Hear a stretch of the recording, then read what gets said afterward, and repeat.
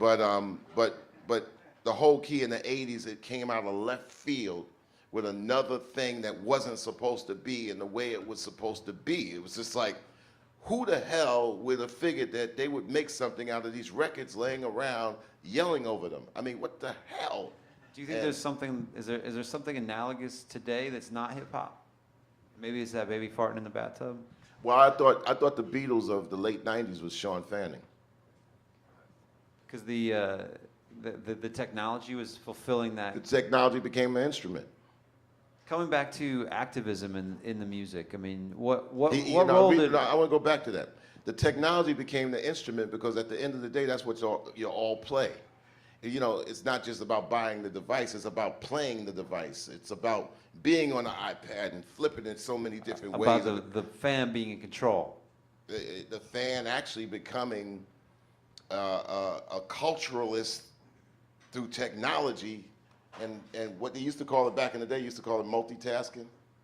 It's just now there's an instrument for that, be it a phone. I mean, look, I think a great business for people to go into is becoming a chiropractor, because I think something has to straighten out people's walk after doing this and walking through the streets. So eventually, this is going to probably morph the human beings into this type of slope in about 20 years. So I don't know, my youngest daughter is like, we're going to try to steer her into some sort of a, body fixing. We'll not music. We only have although she sings about a lot. About 5 minutes until it's happy hour time in here. So do maybe 3 questions. Let's take 3 good questions. Very good questions. You've asked good questions. Oh, thanks, man. To the Odd Future fan. Odd Future? Oh, I thought you was an Odd Future fan. I'm a Public Enemy fan. Oh, thank you. Yeah. Fam, F-A-M. We family. Whoa. So I was wondering how you feel about the industry taking over the sale over the actual art and message in the music. How can people bring back a message, but at the same time catering to the consumer? I don't think people could bring back a message. I think the message is already out there. I think there's a lot of artists out there saying great things, and a lot of people are doing great things. Most recently, we have a song that's on our second album that we just released, and there was a song where this young man in the Cottage Hospital, up not too far from here, he has muscular dystrophy, and my father-in-law introduced me to him. His name is Dwayne Farrar, and he's an artist, and he does incredible graphic work. And so one day we was just talking and thought that he would be a great candidate for doing the cover of the song, and we commissioned him, and after a month he came back with the work. So the story of how he's an artist and blended with the artistry of music was one of those things like, yes, you always can find a good story with art, but I think the media, when they cover culture and music and art, they always want to cover bad news, and bad news travels fast, they've said, or bad news is the thing that people are used to, and TMZ means a lot more than the Muppets, you know? So that has been a problem. The coverage of it has been poor, terrible. The artists want to say something. People want to do something to help their fellow person with their music, with their communication, but they haven't been in the area and a climate of agreement to that. And that's something I really feel like I want to work on. Matter of fact, I'm not really a nice guy when it comes down to how I want it to happen. I'm that fight the power type of guy. So what I want to do is have protests in front of radio signals next year, and concerts in front of Clear Channel's headquarters, and really storm the Bastille. But that's another story. I mean, I've got to say though, I think the world needs more Public Enemies and Dead Kennedys and bands that are willing to stand up for what they believe in. Well, they're out there, but a lot of them have been silenced into the analog world of how to stay alive. And you gotta just say, you know what? I'm already alive and it ain't up to you. Because our whole standard, our measurement system is totally different. And when your measurement system and your standard and your structure is totally different from what somebody can actually say what they're gonna give you to make you happy, oh, they don't even exist, then that kind of makes us crazy, which in art, it's acceptable. You know what I'm saying? Okay, We got to study art too. Two more questions. Someone was waving frantically. That's a good Yeah. sign. You kind of touched on it earlier about, you know, the protesting, the radio signal, and I totally agree with you that, you know, the big problem is that to do local, we need to have the 40% being played. Or some percentage. Or at least some percentage, exactly. So what can we do? You kind of mentioned what you want to do. Like, what can we do as artists and in local bands to make that happen? You know, is it a political thing? Is it something? It's always political because it's understanding it and really seriously diagnosing what it is and then going about how to come up with a solution to the problem.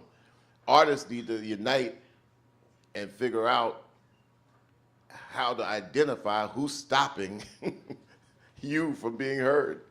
And usually it's only 2 or 4 people in a room answering their bosses in another state that doesn't live nowhere where you live. This can be a very easy thing to ask for. And once this actually happens in many cities, then all of a sudden you got people in DC that says, look, we got to kind of rescind that act, because if people can't make a living in their own area, we got a problem here. Matter of fact, let me tell you, in this thing called urban music, I don't know what that means. It means that you can't have no black or brown accountability or responsibility or people of color in the ownership of what goes out. So they spew stuff into the communities where none of them live. And so people try to wonder, like, I'm trying to teach this 3rd grade class. And this 3rd grade class is coming back with just all these things that are not in the reality of their physical existence, but in what they've accepted virtually through the radio and the television and online, all in cahoots with each other. This is a problem after a while because it doesn't get smaller, it gets bigger.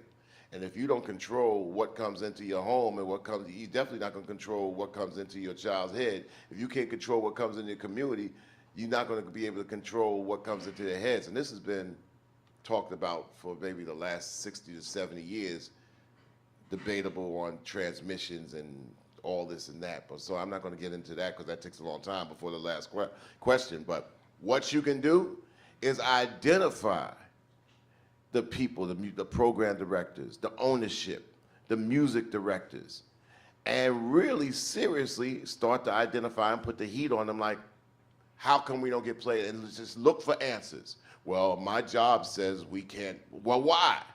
Because if somebody set up a shop in State Street and it happened to be like kind of like not paying attention to what the community is about and just kind of like slipping derogatory substances in the neighborhood, trust me, it'll be somebody saying something about something. So fight for your air. Occupy airspace. I have another Occupy Airspace idea for you. Put this together with some of the ideas that Brian was taking from upstairs. Look, I got a secret for you. FM radio stations don't make much money. If you get an audience, you could buy one. So here's my crazy suggestion. Pirate radio is actually really easy to do. It's pretty damn easy to build an FM signal. It's not legal, so I'm not telling you, do anything illegal. But it's not that hard to do. And then you can use an internet radio stream to beam to the FM signal. So wait, I'm just an internet channel. Oh, wait, it's covering Santa Barbara with an FM signal. If you can sell enough ads on that, you can probably either make an impact on local radio or even make enough money to get in the game. FM radio is losing audience and losing money, and eventually the kinds of things that we're talking about and where they are, and from a business perspective, meet in the middle. and I think the people, you know, stand a chance of taking it back over over time. Well, that's what I'm saying. Bottom line is like, really, we're at a music conference, and this is the last panel, so to speak. You're not trying to hear what I've done. That's a bunch of crap. You're an artist. You know what you do. You don't need to ask too many people, is it good? If you know what's good, you do it. Don't ask too many people if it's good or not. You just want to figure out how can you be heard home and grow from there to be able to do it for the rest of your life. Nothing's stopping you from doing it for the rest of your life. Now, making a living doing it, you got to figure out some things, but I don't think that should be a long, complicated road. Last question. Hey, thank you very much for coming out again. You speaking just brought me to another way of thinking. Basically, I think if we get to the sponsors, you know, kind of follow the money trail, like, hey, get 40% of sponsors to want to sponsor the local stuff, you know, over anything else. But anyway, my real question for you was... Yeah, because I was getting ready to tell you, that's a waste of time. The way you talk about a sponsor, you make a sponsor accountable to your neighborhood by knowing their name, and if they live in your neighborhood, they got to adhere to what the neighborhood is about. They can't work the outside and that be responsible to the inside. That just won't work anymore. Not in this recession millennium times that we live in. We got to bridge the gap, sorry for... But my real question for you is a big one. What's the most interesting aspect of your success? Traveling the world and luckily having people say thank you, because they don't have to, I mean, I get more thank yous from around the earth, and you don't necessarily have to thank a musician, and I'm humble to say yes, but you know, I'm here, this is my military, this is my service. I'm here to be of service to artists because I want to not only be entertained, but you know, this is what I do. I'm a sports fan, but I don't play sports. Although I would have liked to, but I wasn't good enough. But I'm in the music business, so I want to be able to see musicians and artists of many genres do their thing so I can actually say, wow, I'm entertained. I dig where they're coming from. And I don't think that they took the short way out just to become, oh, well, we did this because we blew, you know, fire out of our butt, so this is what makes people go, ah, you know, I mean, you know, whatever, you know, but I'm 52 years old, so really seriously, get my attention, I want to see the best that it can be, and if it ain't the best, it got to look like the confident, like it's going to be the best one day, and development is something that I love to see people, they, you know, if they don't have it right away, they could develop that.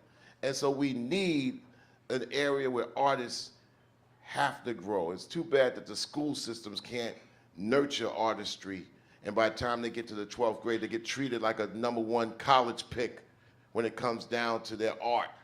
So they kind of look down on the art and they say, yay for sports, down on the music, and down on art. And that doesn't make any sense, because more people are into the arts and music and culture than they are sports. So that's what I would like to see. My email simple is chuckd@publicenemy.com. If you can't remember that, you don't need to have it. All right? And tweet me at Mr. Chuck D. And sometimes I go on rants because I'm 52. Yeah. Thank you. Thank you, Ian. Thank you. One more, everybody. I speak for everybody. Thank you so much. And thanks everybody here. Thanks to New Noise for another amazing year. I'll see y'all at Saul Williams and Black Alicious tonight. Good night. Thanks to Ian Rogers for hosting this.